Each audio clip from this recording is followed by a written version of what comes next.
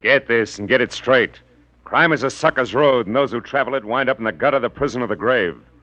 This time, a fireball, too handy with a target pistol, led me down a rocky road past the sleazy money grubber to a curly-headed corpse. And it might have gotten worse if I hadn't slowed down at the hairpin turn. It happened like this. From the pen of Raymond Chandler, outstanding author of crime fiction, comes his most famous character in The Adventures of Philip Marlowe.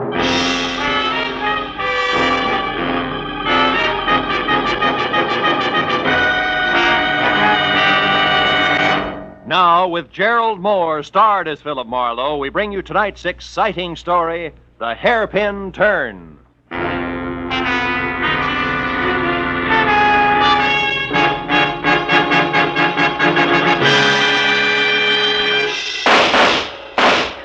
Hey, stop it. Put down that gun and listen to me. Stay back, Uncle Enoch. How do you like that? Well, if you could think just half as straight as you could shoot, I'd have nothing to worry about, but you can't. And it's high time you realize that Oh, there's the house buzzer. Somebody's up at the house, Uncle Enoch. And this is Miles' night off. Well, all right, I'll answer it.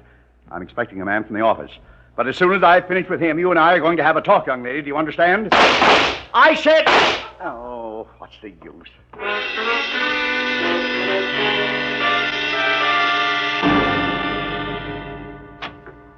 Yes?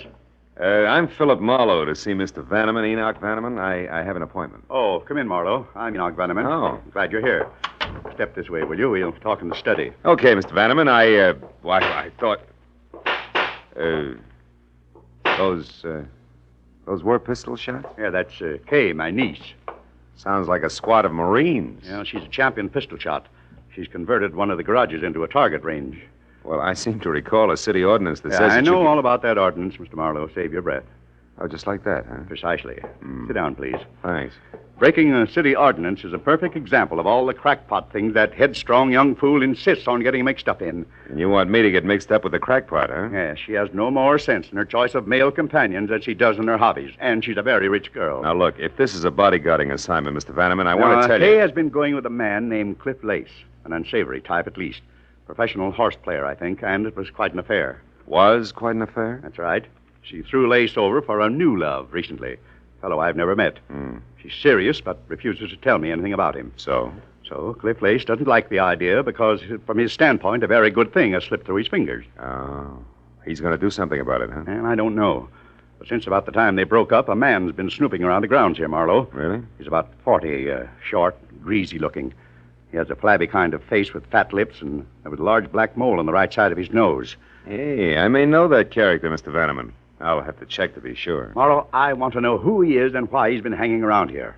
Also, I want to find out all there is to know about Kay's new man. Tell me, how old is Kay, Mr. Vanneman? She's 26. That's her picture there. Oh, yeah. Blonde fireball. Look, Mr. Vanneman, if she's 26, maybe her love life is none of your business. It is my business. I'm her guardian, and I'm very fond of her. But she's reckless, stubborn, and erratic. Yeah, well, money's great, but it'll never replace the old-fashioned parent. Well, it's also a big responsibility, you know.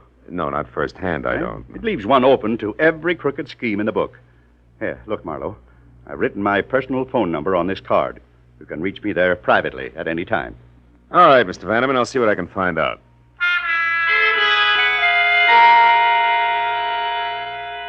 I got in my car and I crossed the 2 acres of tailored flora the Vannemans called front yard. I could see in back the squat, windowless brick building topped by a skylight that housed the target range. Then a minute later, I drove out through the big Bel Air gate into Sunset Boulevard just as Kay Vanneman streaked past me in a sleek new Nash. I was sure I knew already who the snoopy little man who'd been hanging around was. The description of flabby face, fat lips, and mole fit tight on a guy named Mutt Pomeroy, who'd somehow been issued a private detective's license and somehow managed to keep it. He was just about as ethical as a stab in the back. I remembered he had an office in a fire trap on Bronson, so I made that my first stop. Climbed a flight of dark, smelly stairs to a tired door marked Pomeroy, Private Investigations. Well, there was no answer, so I tried the door. Somebody beside Mutt had been there ahead of me. Turned the place inside out. It was a shambles. I spent 5 minutes going over his files, scattered like leaves in November. and was still at it when the door behind me swung shut. Lose something, chum? Hello, Mutt. What's the big idea tearing up my joint, Marlowe? Hey, you know better than that. I wouldn't touch the stuff you keep on file without rubber gloves. Real funny. If you didn't do this, then who did? I came in and found it just like this. One of your clients must have gotten a little careless. You're full of them tonight, aren't you? Yeah. What do you want here, Marlowe? I need a little help, Mutt. No kidding. Okay, chum, sit down. Glad to help out a brother sleuth any time at all. Now, what's your problem? Why are you so interested in the Vanneman place? Oh, the Vanneman place. Yeah. Huh? Quite a chunk of real estate they got there. I know. What's the fascination? A little simple investigation for a simple little lady. For purposes of conversation, what'll we call her?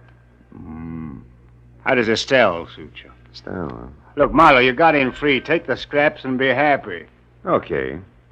But as you put it, the Vannemans own quite a chunk of real estate. We might subdivide. You might like to tell me how this Estelle ties in. Yeah, I might at that, chum. She's worried about a guy. And from what I've seen of that jet-propelled blonde named Kay Vanneman, she's got plenty of reason to worry. Guy's name wouldn't be Cliff Lace, would it? Cliff Lace? Mm-hmm. I don't remember, Marlowe. Okay, Mutt. How much is it going to take? Well, now, that's hard to say. I'll have to let you know. You see, I've got an angle on my end, too. My little client swears up and down there's no other woman involved. But, you know, the Estelles are always the last to know. You're beginning to smell, Pomeroy. And just how do you fit, Marlowe? I'm helping a guy worry about a girl. Well, that's real nice. And when your clients worry, the wrinkles make dollar signs, so you're always right. Is that it? Thanks for everything. I'll see you around, Mutt. Yeah, but don't go away mad, chum. Oh, of course not. That's why I'm leaving now.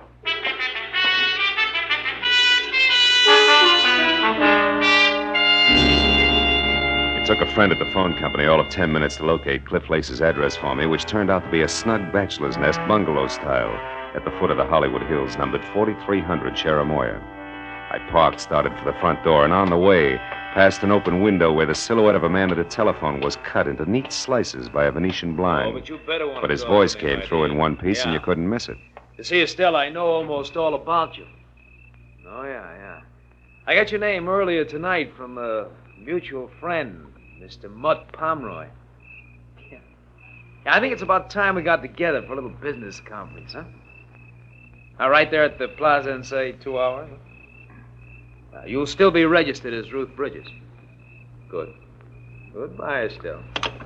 When he hung up, he moved over to a bottle of Johnny Walker Scotch. I waited until he'd helped himself, and then I went to the door.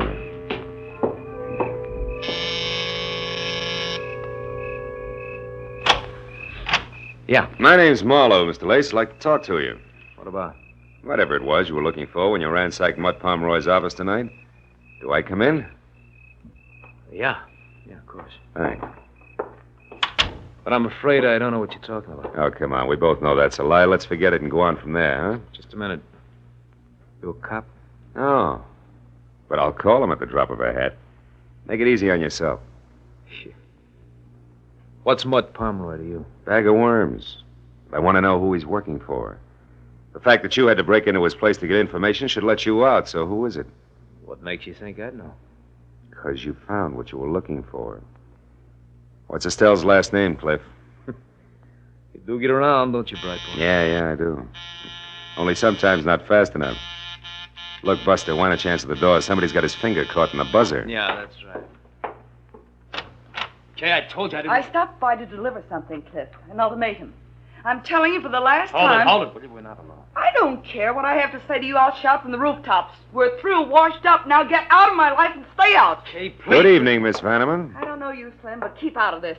Look, darling, don't... Now you listen. I'm in love with Boyce Neely. Really in love this time. I intend to marry him, and I won't have you... Marry Boyce Neely?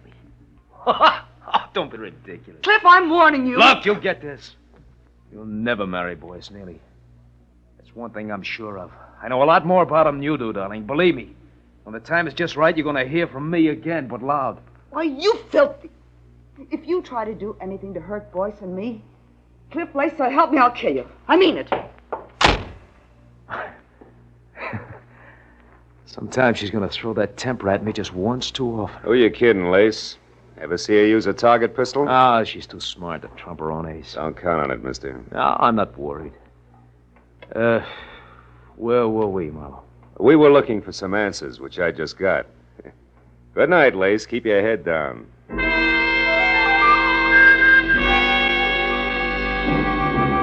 The way things were breaking, I was sure if I didn't get to the woman named Estelle before Lace did, I wasn't going to get anywhere.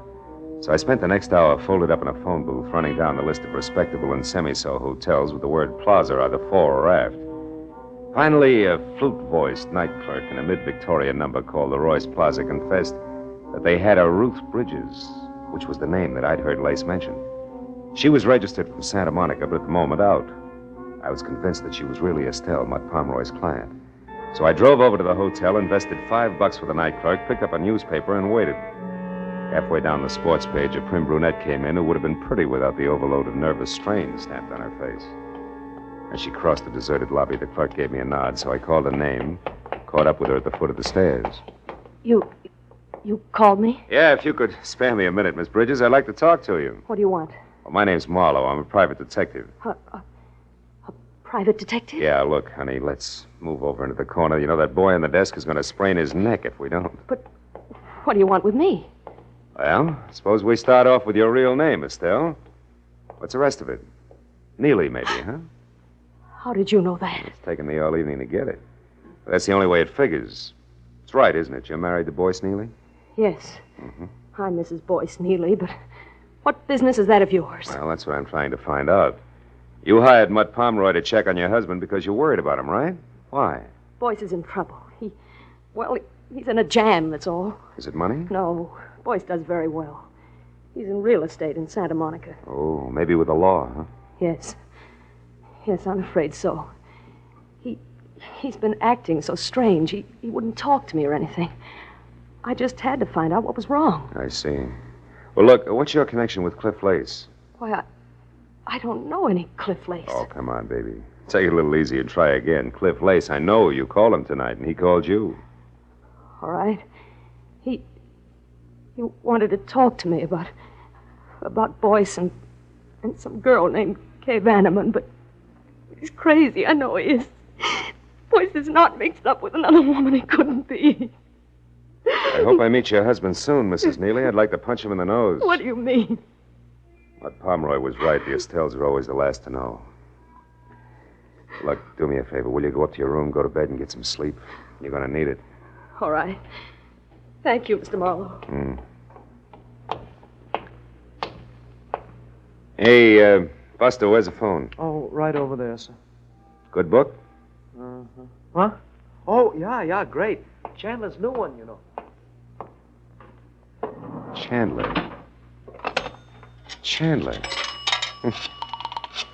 Where have I heard that name before?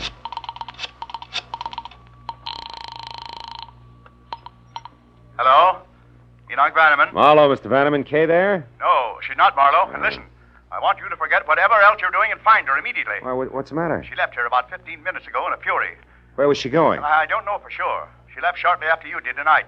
Then she came back about an hour ago. I know. I ran into her. What happened this time? She got a phone call from Cliff Lace. Something was said about him now being in the driver's seat, whatever that means. She was furious. That's not good, Vanneman. Believe me. Well, it's worse than you think. You've got to stop her. Because when she left here, Marlowe, I'm quite sure she had her target pistol with her. I hung up the phone, ran out to my car, and headed back to Cliff Lace's bungalow on Cheramoya. But Kay had a 15-minute head start, and at that hour, in her frame of mind, the drive in from Bel Air was a hop, skip, and a jump. The only hope was in Lace himself being smart enough to know that he'd overplayed his hand.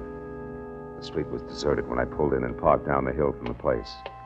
When I got to the front door and found it unlocked, I eased it open and went in. The living room was dark, but there was a light on in the bedroom, and I started for it. Before I saw the bulk of a figure leaning against the dark side of the frame. Come on in, chum. Make yourself at home. What are you doing here, Mutt? Easy, Marlowe. There's no hurry. Not now, there's not. School's out, chum. Where's Lace? Inside. It was nice, clean, accurate, and exactly dead center.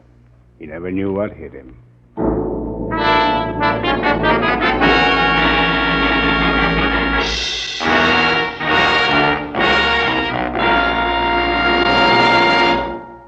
In just a moment, the second act of Philip Marlowe. But first, for a moment, let's look at the headlines on CBS's entertainment for tomorrow night.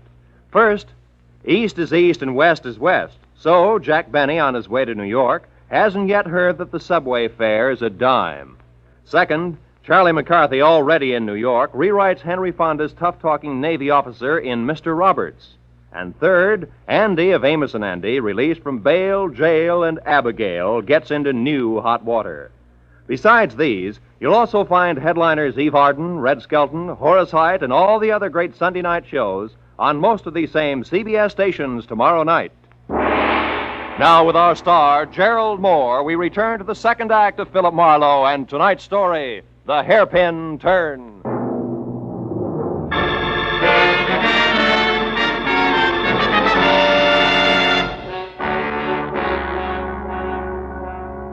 A small, neat hole front and center at his forehead said that Cliff Lace had been shot to death.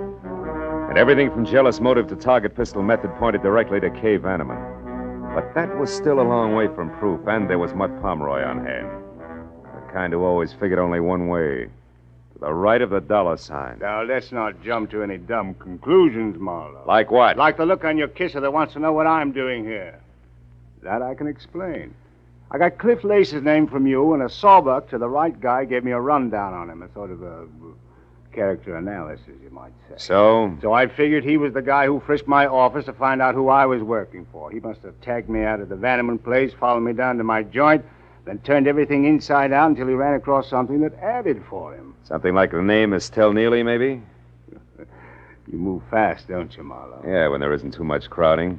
I've got most of it already, Pomeroy, so spill. Spill? I don't know what you mean, Marlowe. I mean that Estelle Neely hired you to find out why her husband was worried. You came up with an answer, all right. It was called Other Woman. So? Estelle didn't even suspect anything about another woman. And you didn't tell her what you found out because it was Kay Vanneman, a gal with $1 million, right or wrong. Suppose you're right, Marlowe. What are you getting at? A possibility that you could have done this. Kill Lace? Why? Because Lace was playing the same game that you are, chum, blackmail. Your motive was money, and so was his. Plus the fact that he didn't like Kay giving him his walking papers. So when he wouldn't come to terms with me, I killed him. Is that it? Yeah, it could be. Can you prove otherwise? No, I can't. But other things can, Marlowe. Things, yeah. Like that lipstick-smeared cigarette in the ashtray behind you. It's not my brand. And I don't drop hairpins on the carpet when I kill. Do I go on? Or were you just trying it for size because you hate to think that a gorgeous item like young moneybags could be it? Right or wrong, Marlowe? You know, leveling with you, Pomeroy, takes the kind of talent that can cash a $7 bill at a bank. Who you calling, Marlowe? The cops. It's the custom.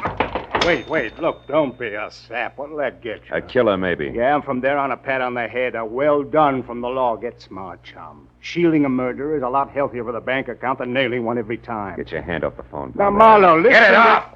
Okay, go on, louse it up, Boy Scout. Who knows, maybe some bright day you might even run for alderman, Marlowe. Without your votes, I'm sure. Homicide, Sergeant Becker. Phil Marlowe, Sarge. There's a DOA waiting for you. 4300 Cherimoya. Name's Cliff Lace. Occupation questionably was shot. Any idea who did it, Marlowe? Yeah. Poor little rich girl named Kay Vanneman, or her sweetheart, one Mr. Boyce Neely. Who lives in Santa Monica?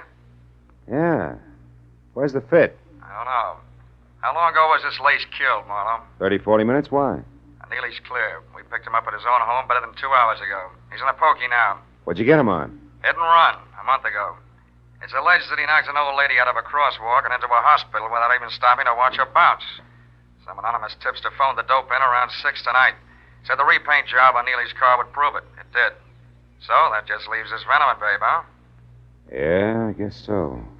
But you know, Becca, there's... Marlowe, come here, quick, out in the backyard there. It's Kay Vanneman. I'll call you later, Becca. We got company. Get the lights, Pomeroy, and stay down. Don't worry, Marlowe. The driveway alongside the house is the only way out. All right, watch it from the front. I'll go through the kitchen and out the back door. Play it close. Check. But remember, Pomeroy, nobody gets trigger happy. Don't worry, chum.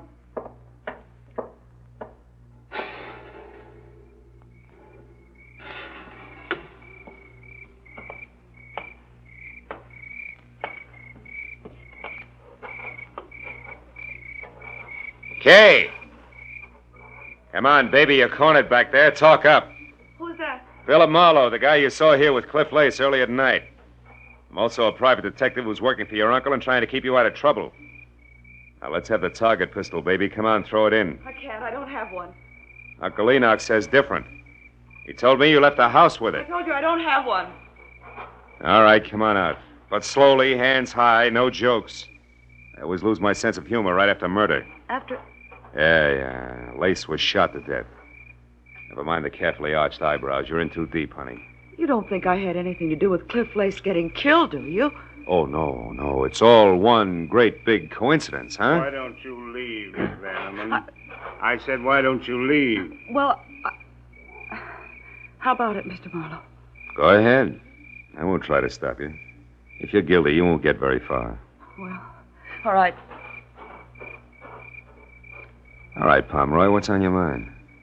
A partnership, chum. Based on what, chum? Based on the fact that I saw you kill Cliff Lace. Fact? You what? Yeah.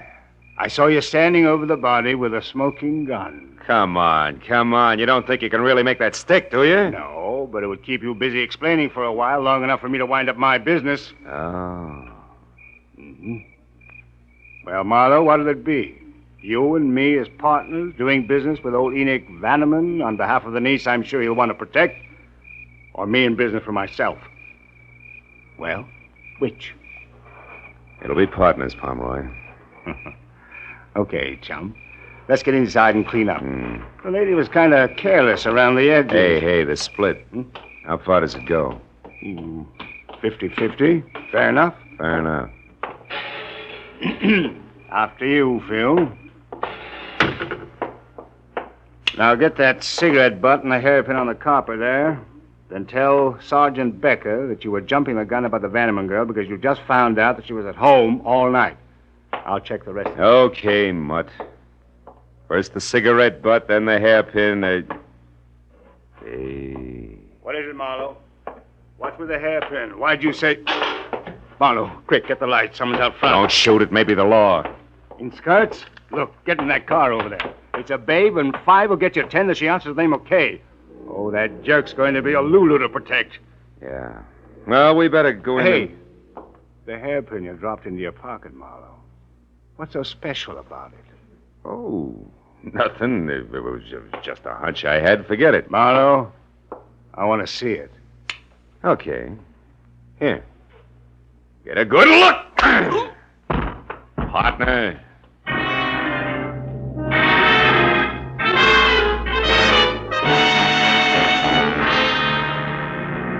It was a fast 20-minute drive back out to Bel Air and the Vanneman place. All the way, I worried hard that the hunch I was playing was right and that I was going to be too late to do anything about it. When I was there, parked halfway up the pebbled driveway, out of my car and running toward the fluorescent light and the sound of a woman's voice that filtered through the heavy iron mesh over an air vent in the windowless target range. I slowed to a walk, switched to 45 from pocket to right hand, and then I moved up to where I could both see and hear. Kay Vanneman was huddled in a far corner, her eyes crowded with fear and riveted on the dainty but lethal .22 automatic that Cliff Lace's murderer pointed straight at her head. Estelle Neely had her back to me, but with the grill that was designed to stop bullets between us, there was nothing I could do. You've got to listen to me. Please listen before you do anything crazy. I swear I never knew that Boyce was married. I'd never have gone with him if I'd known. You're a liar. No, it's the truth, I tell you. It started like the others, fun and no questions asked. But then I fell in love, and it never occurred to me that he might have been married. Stop it! I don't want to hear any more. I've already killed once for Boyce, the guy I turned into the police for something he did a month ago. You turned your own husband over. I did that so they'd put him away out of your reach. You'd never wait for him. You'd go your own merry, merry way a week after he was in jail. Boyce would be glad to come back to me after 5 years of living in a cage like an animal. And he'd never suspect that I was the one who informed. I hired a private detective, Mutt Pomeroy, and made sure that he knew I never even suspected that Boyce could have anything to do with another woman. Then Boyce would never realize it was you who turned him in, because you had no motive.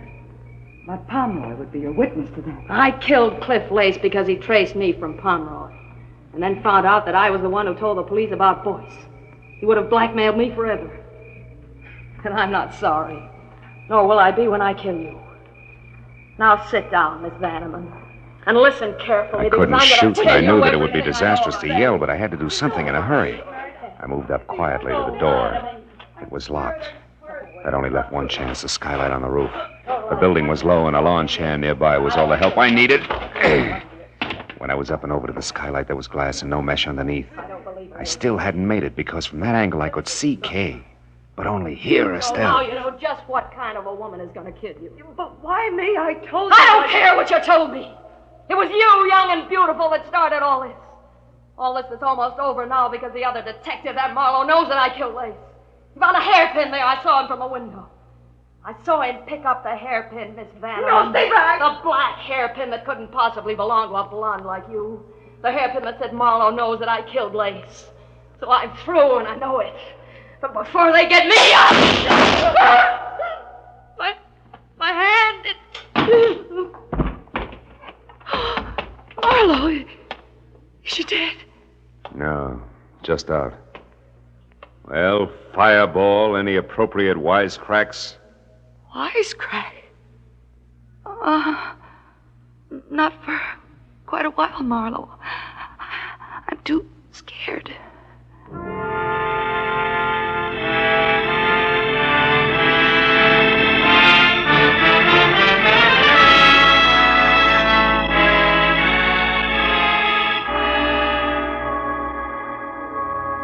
Well, it was the usual hour and a half of questions and answers with client, followed by the same questions and answers with police before I finally closed the door on Enoch Bannerman's marble halls and started down past the manicured shrubbery to where I'd left my car.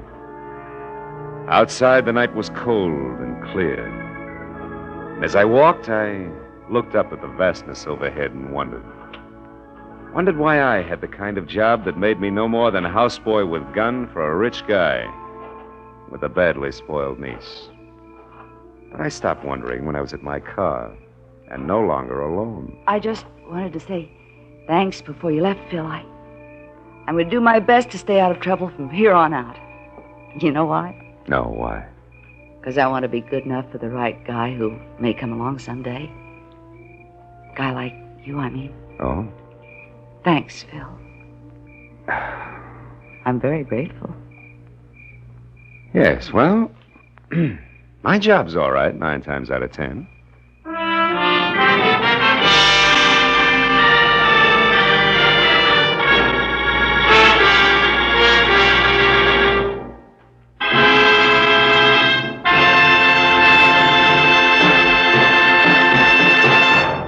The Adventures of Philip Marlowe, bringing you Raymond Chandler's most famous character, star Gerlad Mohr, are produced and directed by Norman MacDonald and are written for radio by Robert Mitchell and Gene Levitt. Featured in the cast were G.B. Hunter, Jay Novello, Olive Deering, Ralph Moody, Tony Barrett, and Charles Russell. The special music is composed and conducted by Richard Arant. Be sure and be with us again next week when Philip Marlowe says... It happened in a place called Bay City where I was unwelcome to a fat fry cook with a secret and a dapper gambler who smoked oversized cigarettes. But where to the long arm of the law, I was poisoned.